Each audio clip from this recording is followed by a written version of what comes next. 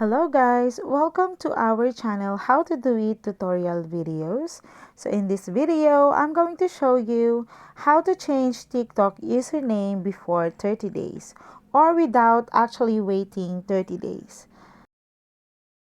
So in your TikTok app, just go to your profile and then click on Edit Profile. Select Username. And it says here that you can change your username once every 30 days. So for example, you don't want to wait, here's what you need to do. Tap the three horizontal line on the right corner. Select Settings and Privacy. And then scroll all the way down and find the Help or Report a Problem. And then type in the word username. And then tap the first options. So in here, you will see the step by step on how to change your username, but we don't need that, so just answer no.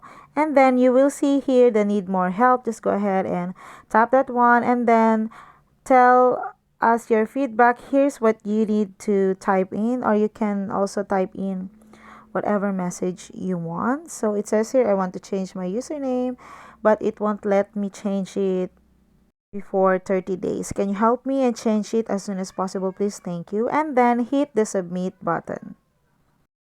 And then we just have to wait for their reply within a day or two.